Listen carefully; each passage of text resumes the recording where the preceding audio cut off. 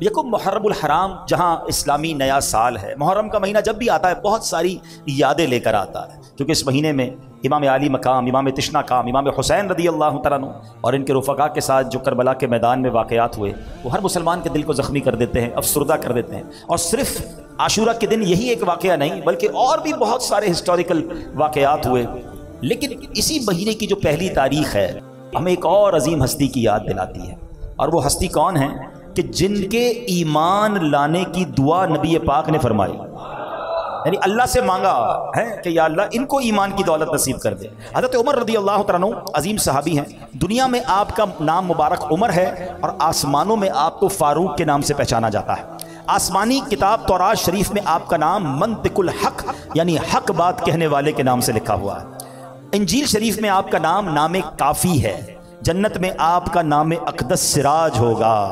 सिराज कहते हैं चिराग को। आप 583 ईस्वी में हिजरत मदीना से 41 साल पहले मक्का मुकर्रमा में पैदा हुए।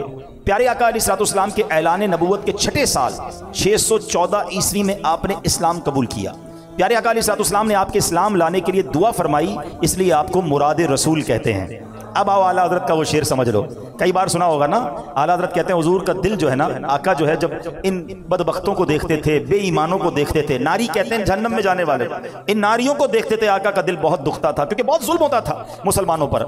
मगर जब उमर ईमान लाए तो नबी पाक के दिल में ठंडक आ गई। जिनके ईमान लाने के बाद मुसलमानों ने अलल ऐलान काबे में नमाज अदा की।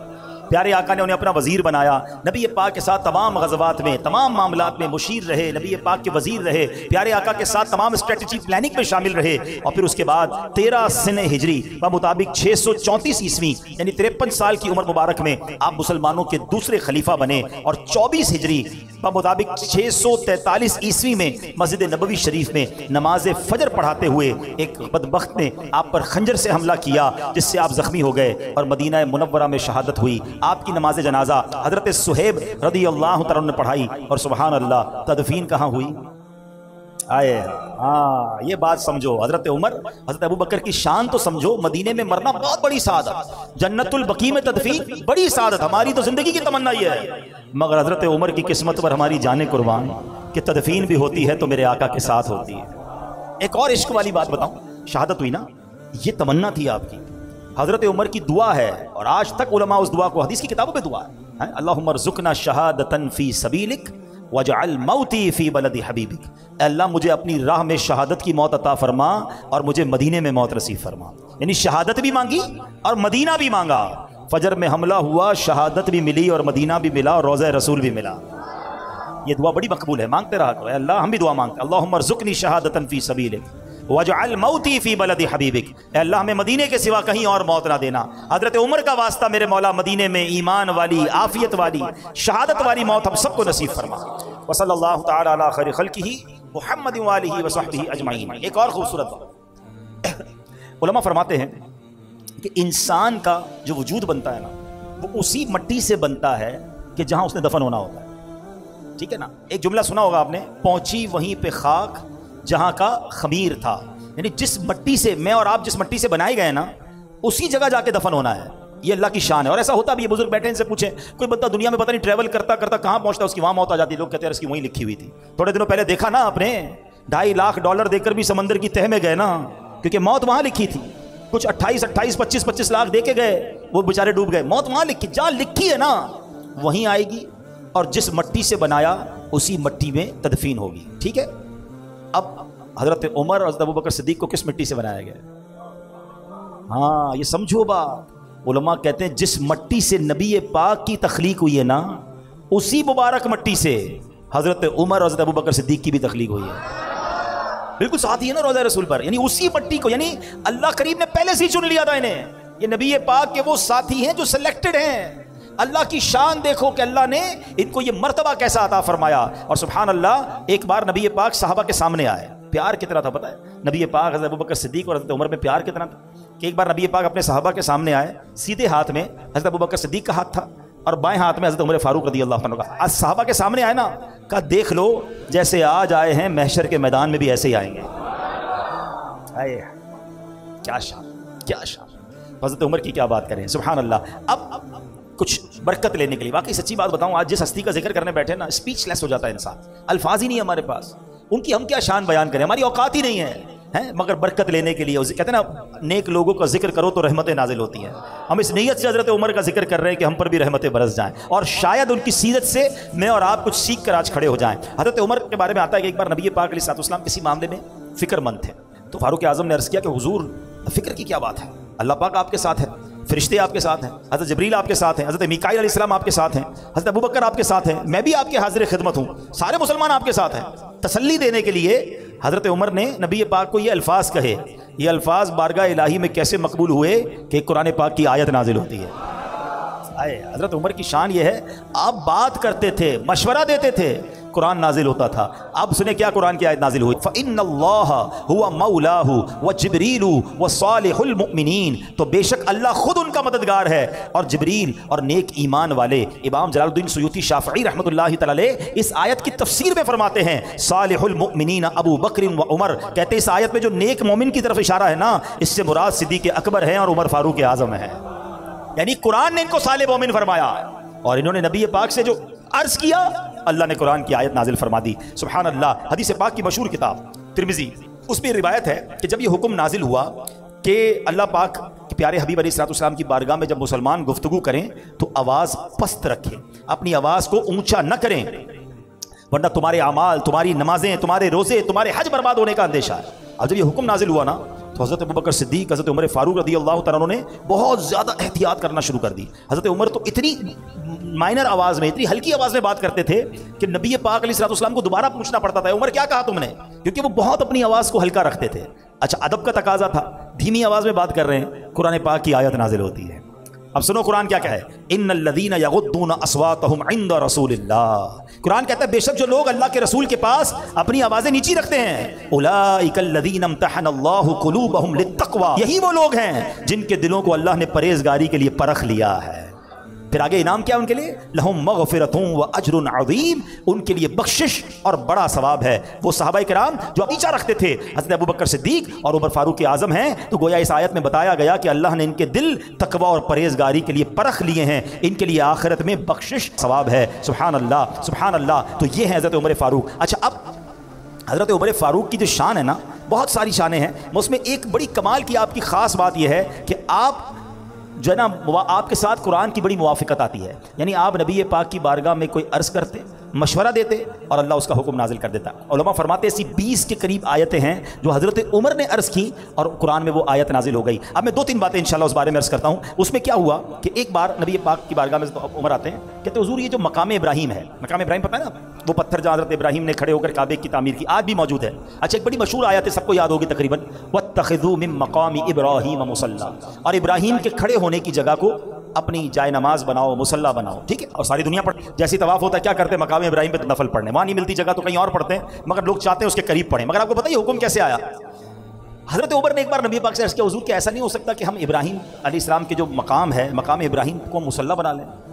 हज़रत उमर ने मशवरा दिया, जिब्रील अमीन हाजिर होते हैं अल्लाह के नबी की बारगाह में, ये आयत लेकर, वत्तखिज़ू मिन मकाम इब्राहिम मुसल्ला। हाय हाय हाय। और है मुसलमानों, तुम इब्राहिम के खड़े होने की जगह को नमाज का मकाम बनाओ। है सफ़ा मरवा करने वालों, हज पे जाते सफ़ा मरवा करते हैं, उम्रे पे जाते सही करते हो ना, आपको पता है पहले नहीं होती थी। हाँ, ये कैसे हुआ, हज़रत उमर ने नबी पाक से अर्ज़ किया कि हुजूर हम काबे का तो तवाफ़ करते हैं, क्या ये अच्छा हम सफ़ा मरवा के दरमियान भी चक्कर लगा लिया करें। मशवरा दिया नबी पाक को। अल्लाह अकबर, इनकी शान देखो, जिब्रील अमीन आते हैं और अल्लाह के नबी की बारगाह में कौन सी आयत लेकर आते हैं, कितनी मशहूर आयत है, इन्न सफ़ा वल मरवत मिन शआइरिल्लाह फमन हज्जल बैत अव इअतमर फला जुनाह अलैहि अन यतवफ बिहिमा।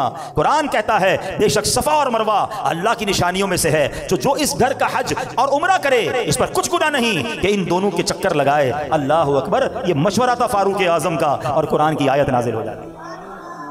किस कदर बड़ा मर्तबा है। अच्छा, एक बार क्या हुआ, एक काफिर था इब्ने सूरिया, ये बड़ा बदबख्त था, इसने नबी पाक से कहा कि हम जिब्रील के दुश्मन हैं, आपके पास जिब्रील अल्लाह का पैगाम लाते हैं ना, अगर मीकाईल लाते ना तो हम कलमा पढ़ लेते, तुम्हारे नबी के पास चूंकि जिब्रील आते हैं तो हम जिब्रील के दुश्मन हैं।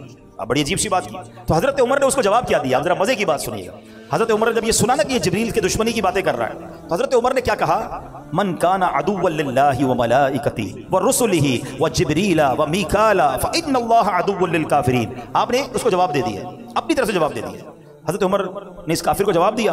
उधर जिब्रील अमीन नबी पाक की बारगाह में आया और आपको पता है क्या आयत नाजिल हुई? एग्जैक्टली यही अल्फाज जो हजरत उमर ने उस काफिर को जवाब दिया, अल्लाह ने वही अल्फाज गोया कुरान में नाजिल फरमा दिए। हाय हाय हाय। हाँ, अब आयत सुनो और इसका तर्जुमा सुनो। आयत क्या है? मन काना अदुव्वन लिल्लाहि व मलाइकतिही व रुसुलिही व जिब्रीला व मीकाला फ़इन्नल्लाह अदुव्वुन लिल काफिरीन। तो जो कोई अल्लाह और उसके फरिश्तों और उसके रसूलों और जिब्राईल और मीकाईल का दुश्मन हो तो अल्लाह काफिरों का दुश्मन है। सुभान अल्लाह। जब कहते हैं ना कि उमर की जबान पर हक जारी होता था। एक बार क्या हुआ कि इस्लाम में पहले शराब हलाल थी, ठीक है ना, लोग पीते थे शराब। तो अब हुक्म ये नाजिल हुआ कि हज़रत उमर ने अल्लाह की बारगाह में दुआ की। उनको अच्छा नहीं लगता था लोग क्यों शराब पीते हैं। शराब पीते हैं तो इनकी अकलें माऊफ हो जाती हैं, अजीब अजीब बातें करते हैं, अजीब अजीब हरकतें करते हैं। हमारे पास शराब जायज़ नहीं होनी चाहिए। अब उनका दिल तो कहता था मगर इस्लाम में मना नहीं था। तो आपने अल्लाह की बारगाह में दुआ की, अल्लाहुम्मा बय्यिन लना फिल खमरी, यानी इलाही शराब के मामले में हमारी रहनुमाई फरमा। तो अब इरशाद क्या हुआ? या अय्युहल्लज़ीना आमनू ला तक़रबुस्सलाता व अंतुम सुकारा हत्ता तअलमू मा तक़ूलून। कुरान कहता है, ऐ ईमान वालो, नशे की हालत में नमाज के पास ना जाओ जब तक समझने ना लगो वो बात जो तुम कहो। यानी पहला हुक्म क्या आया था कि शराब नमाज के वक्त नहीं पीनी है, यानी नशे में नमाज ना पढ़े, बाकी शराब मना नहीं थी। पहला हुक्म यह आया। हज़रत उमर ने जब सुना कि 5 नमाजों में शराब को मना कर दिया गया है तो आप कहते हैं कि अल्लाह के हबीब से कि हुजूर अल्लाह से दुआ करें कुछ और हुक्म आ जाए, कोई और वजाहत मजीद आ जाए। कुरान कहता है, एक और आया, अल्लाह के नबी ने हज़रत उमर को बुलाया, उमर एक और आयत आई है। वो आयत क्या थी?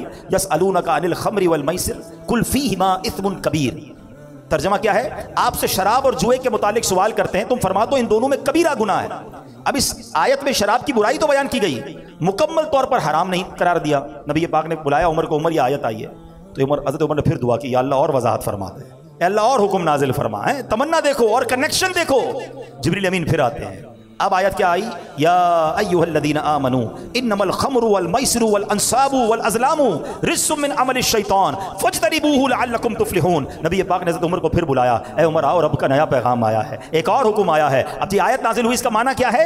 ए ईमान वालो, शराब और जुआ और बुत और किस्मत मालूम करने के तीर नापाक शैतानी कामी हैं, तो इनसे बचते रहो ताकि तुम फलाह पाओ। इस आयत के बाद शराब को मुकम्मल तौर पर हराम करार दे दिया। ये शान है हज़रत उमर की।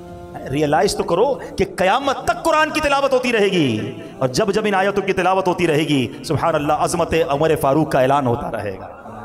मिली ताईद खुदा, ताईद हबीब खुदा, मिल गई ताईद अस्हाब खैरुल बरा, दिया हक ने उनका साथ है, फारूक आजम की क्या बात है। तय करे सिद्को सफा, इनके हक में रसूल खुदा की दुआ, जब भी कुछ कहे हक तेरे साथ है, फारूक आजम की क्या बात है, क्या बात है। सुभान अल्लाह। हजरत उमर इतना बड़ा मर्तबा, यानी मतलब इससे बड़ा मर्तबा क्या होगा कि कोई बात करे और कुरान की आयत नाजिल हो जाए।